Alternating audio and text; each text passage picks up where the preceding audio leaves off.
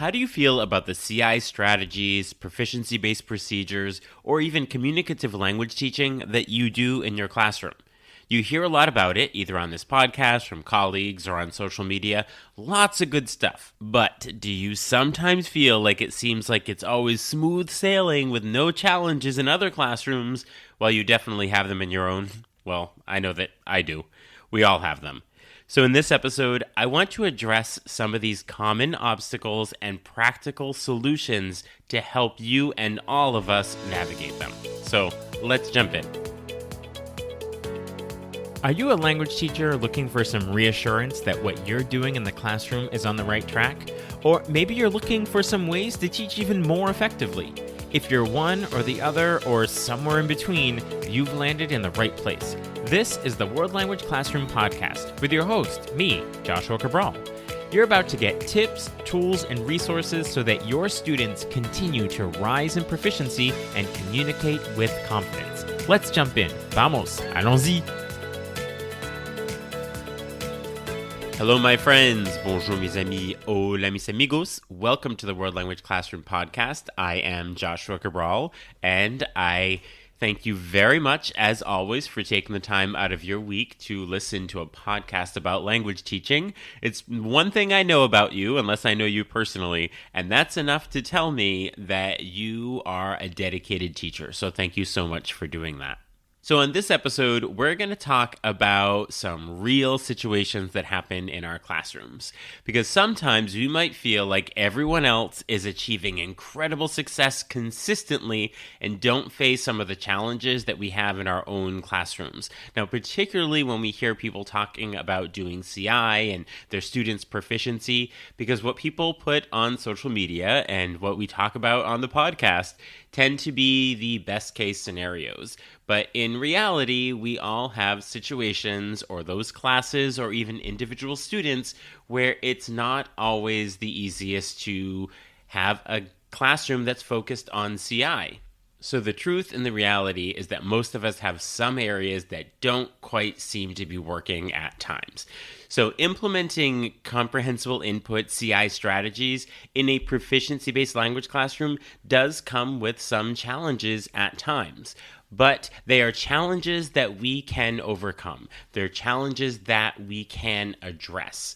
So with some proactive planning, we can create an engaging and effective learning environment for all of our students. So this is going to be a very tactical episode with lots of actionable things that you can do in your classroom. So let's dive into some of these most common obstacles with those practical solutions to help all of us navigate them. And if you're driving, if you're walking, you can't take notes right now, I have this all in a blog post. So if you go to wlclassroom.com/challenges, so wlclassroom.com/challenges, or the link is right in the show notes, you can get all of this spelled out right for you in one document. So you have it all there for you so that you don't have to be taking notes right now. You can just listen, get some ideas. And if you need to have the recap later in writing, you can just jump on over to the blog post. But we're going to cover it all here right now so that you have it ready to go in your classroom. So I'm going to break this down into 6 categories where these challenges might happen. So the first one is different proficiency levels. We sometimes have this idea that when we're doing CI, it works and everyone's at the same proficiency level, and so it's perfect. But the reality of our classrooms is that not all of our students are at the same proficiency level. So one of the biggest challenges in a CI-based classroom is meeting the needs of students with those varied levels. Some students may quickly grasp the input, while others need more support. So how can we address this? Well, the first thing I'll suggest is to scaffold your input. So this means that we're going to use visuals and gestures, real-world context to support the comprehension. Now, more advanced learners can be challenged with more nuanced language.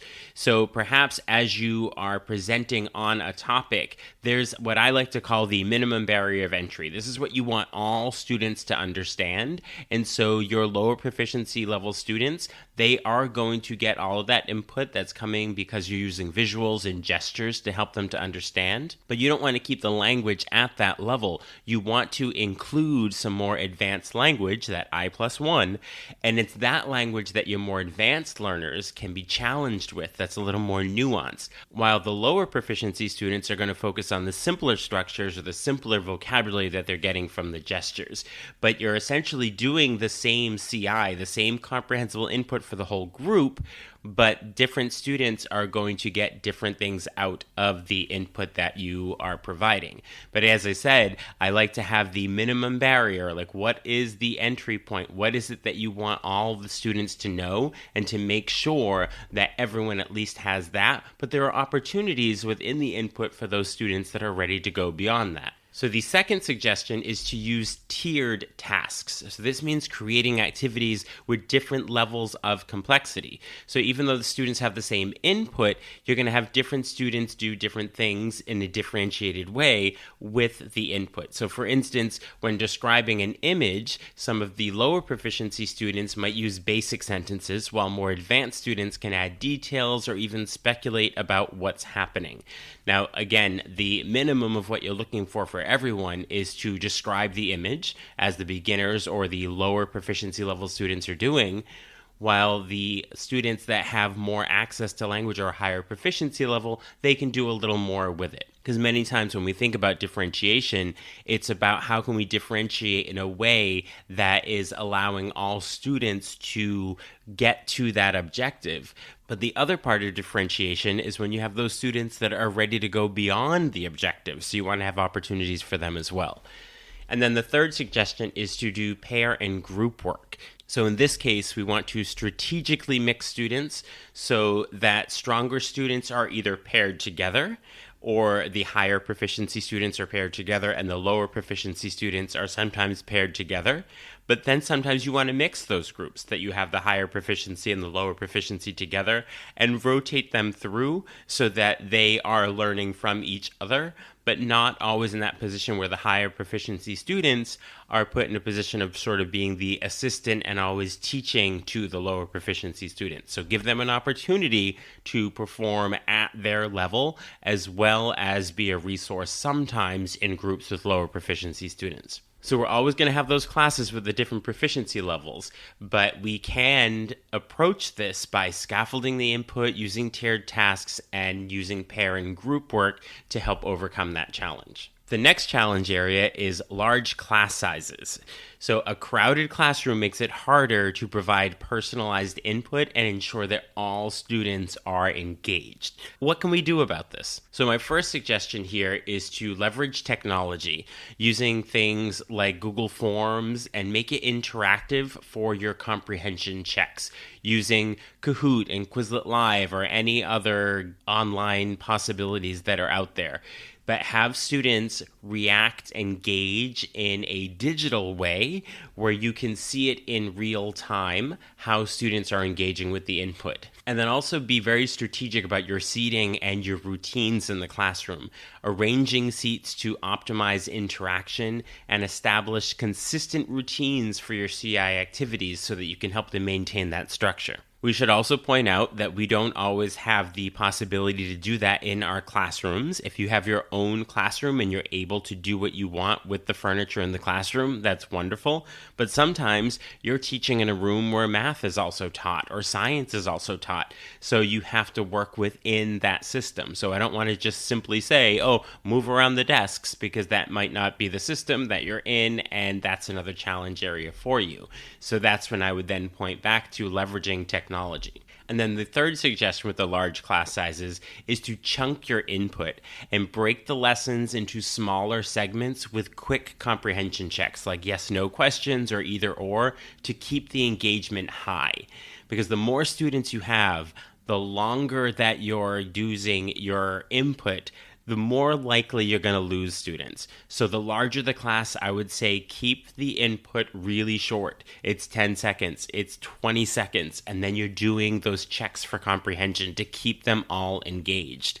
and try to do different students, not the same students each time, and not even just wait for a student to raise their hand, but you want to do a general, thumbs up, thumbs down, or if they're holding up cards or something like that, or again, use technology. But when you have those larger class sizes, it's really challenging to have an extended period of reading or listening without checking for comprehension. With smaller class sizes, you might get away with that. So the next challenge area is student resistance. Now, this does often happen because students who are used to textbook-based learning may feel uncomfortable with a CI approach, and they'll question if it's even effective or if there's rigor involved. Students do have these questions, and particularly if they've had teachers before you who do not have communicative-based language teaching in their classroom, this might seem really different to them. They might start to question your grading because they're used to having quizzes where it's right or wrong, where they are filling in blanks, where they're matching up vocabulary, which is in a very legacy-based approach to language teaching. So when they're in your CI-based classroom, they may be resistant to that because it's not always really clear to them how they get the grades that they're used to getting based on the way they've been tested in the past. So how can we address this? Well, start with explaining the why. Dedicate time early in your school year, in your course, to explain how CI supports real-world proficiency and share success stories from past students. And also begin to celebrate small wins. Acknowledge when students understand without translating or express themselves spontaneously. And then incorporate familiar elements. So blend comprehensible input with grammar or vocabulary to ease students into this approach. And particularly if you are using rubrics and students aren't used to getting graded with rubrics, but rather they're just saying whether or not their verb form or their conjugations are right or wrong, then that's going to be an adjustment for them. So you might want to have that blended CI and structured grammar as you are onboarding students, particularly if they're coming from an experience with a teacher that does not have a communicative classroom. So student resistance is a real thing, and they may not verbalize that resistance, but their lack of engagement or interaction or understanding of the process could lead to not performing well on assessments because of not really understanding how they should study for it. That's something you might hear when a student doesn't know how to prepare for an assessment because they're typically used to memorizing a list of vocabulary, or they're used to memorizing verb forms, or writing the different forms of an adjective or something.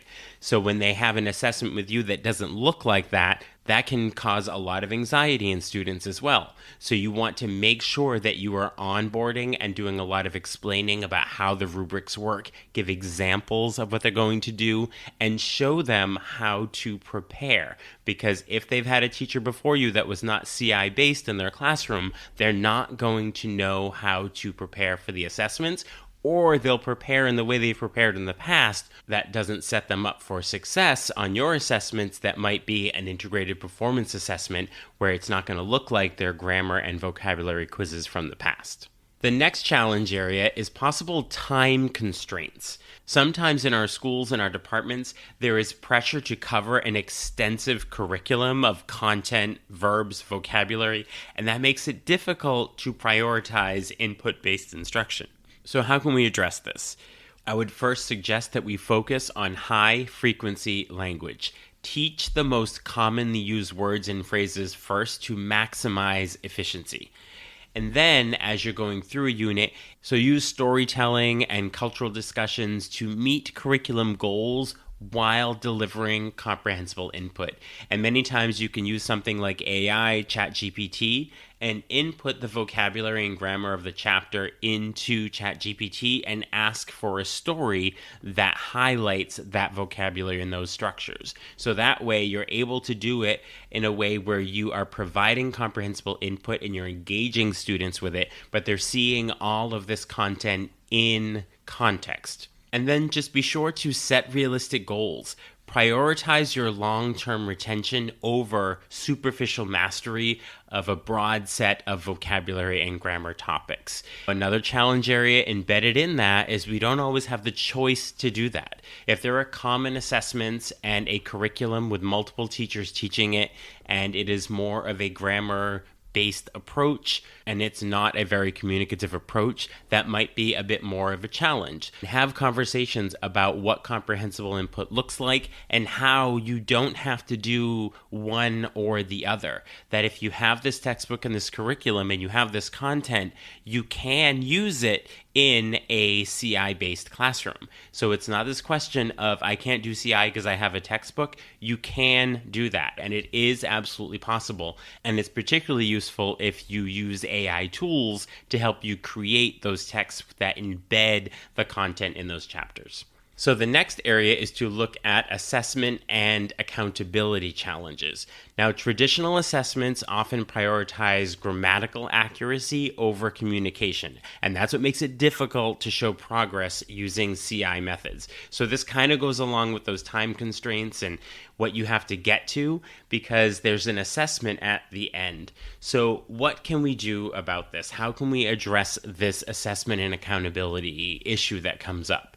Well, the first thing is to shift our assessment practices and to use performance-based assessments like storytelling and role-playing and focus on communication. So that means creating integrated performance assessments where students are performing in all of the communication modes, the interpretive, the presentational, the interpersonal. And as you're doing this, be sure to showcase the progress of students. Record student speech samples throughout the year to demonstrate their growth to each other. And also, it's a way to show to your colleagues or even administration if you're looking to move your curriculum forward to be a little bit more CI-based, then having this data will be very useful for them. And in the meantime, if you're in a situation where you have common assessments that are not very communicatively based, start by blending that legacy approach with CI assessments. So incorporate occasional quizzes for accountability while also emphasizing proficiency-based evaluation or performance-based evaluation. It's not something you can do overnight if you're in a system that has a very prescribed curriculum and common assessments, but start to do that building of that blended situation so that it is onboarding students as well as providing evidence for administration and colleagues to get them on board to perhaps move your common assessments into that direction. And the last challenge area that we'll look at is classroom management. Now, keeping students engaged and in the target language can be challenging, especially when you're doing lots of interactive activities. So how can we address this? How can we manage our classrooms when we're doing so many interactive activities? Well, the first thing is to use compelling input. So choose topics that students find interesting, stories that are in pop culture, personal experiences, that will really hook them in and want to engage with the content. So much, as Stephen Krashen says, that they forget that it's in the target language because they're so interested in the content. So that's the first way to bring them in and keep them focused. And then more practically, we want to set clear expectations. So establish and consistently enforce behavior norms for your CI activities. Talk about them. What does it look like when it's effective? What is ineffective? What is useful? What will enhance the activity? What will be a detriment to the activity? What can you do to help make this a successful activity? What might you do that would make it unsuccessful? Really point out what those choices might be and have students provide all of the ideas to go into that. They know it. They can be a part of co-creating that document of behavior expectations. And then also frequent check-ins are really important. This keeps students really engaged with quick questions, gestures, interactive elements. As you're managing your classroom, figure out as you're doing different activities how long to spend on them. After 7 or 8 minutes, does it fall apart? Students start to speak English. Do they lose interest? Are there some groups that take longer or shorter? So that'll mean that you're going to group students differently. Maybe you only spend 5 or 6 minutes on any particular activity, and then you move to another one. So that all depends on the dynamic of your particular classroom, but be flexible and respond to the needs of your student. Because if you try to force it that this is a 30-minute activity, but they only have the proficiency and the ability to keep themselves on task for 15 minutes, then you're just going to end up in this place where you're frustrated because the latter 15 minutes are very unproductive for them. But if you make it a 15-minute activity and then move on to something else, then you won't have that latter 15 minutes where it's just frustrating for you and for students. So we looked at several areas that can be these challenges in our classroom. We looked at having different proficiency levels, and we looked at some ways of addressing that with scaffolded input and tiered tasks and paired and group work. And then we looked at large class sizes as being quite an issue in some of our classrooms and talked about using technology and strategic seating and routines to help us deal with that. And then student resistance. If they're coming from a learning experience where their grading and their assessments looked very different, then you have to do a lot of onboarding and dedicate time to students understanding that.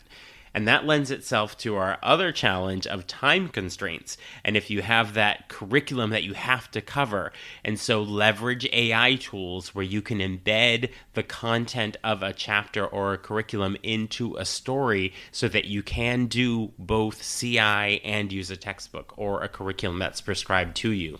And then this leads into the assessments and the accountability as well, because if you have those common assessments that are not performance-based and your classroom isn't focused on those intricate grammar points, then you're not setting your students up for success. So you have to look at having that blended approach and having the data so that you can share that with colleagues and administration to help shift those common assessments and your overall curriculum to be more CI focused and more performance focused. And then the last challenge was classroom management and just looking at using compelling input so that students want to engage with the topic because it's of interest to them, and then setting those clear expectations and having students be a part of creating your common document of behavior expectations. So by implementing some of these strategies, hopefully you can create a CI-rich classroom where all students can grow in proficiency and communicate with confidence. That's really what we want for them.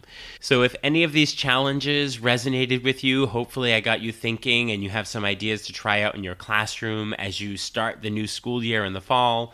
I'd love to hear what's working for you with these challenges. Always reach out to me on social media. I'm at WL Classroom everywhere, Instagram, X, Blue Sky. I'm always looking to add to these blog posts and these documents with more and more ideas that I hear from teachers so that we can continue to share with the community. So be sure to check out the show notes where you'll see the blog post that has all of these challenge ideas and suggestions in it. It's wlclassroom.com/challenges, or the link is right in the show notes. You'll also see the link to sign up for Talking Points, my weekly email newsletter with tips and resources for language teaching. And there are also links to get in touch with me if you would like to work together. And remember, we can do that in person in your school or even remotely. I will talk to you soon. Bye for now.